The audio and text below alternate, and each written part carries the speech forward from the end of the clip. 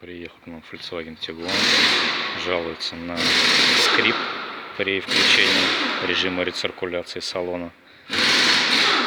Снял моторчик, добавил сюда смазочки. Здесь вот, как видите, вообще ничего нет, тут 1, 2, 3 капли.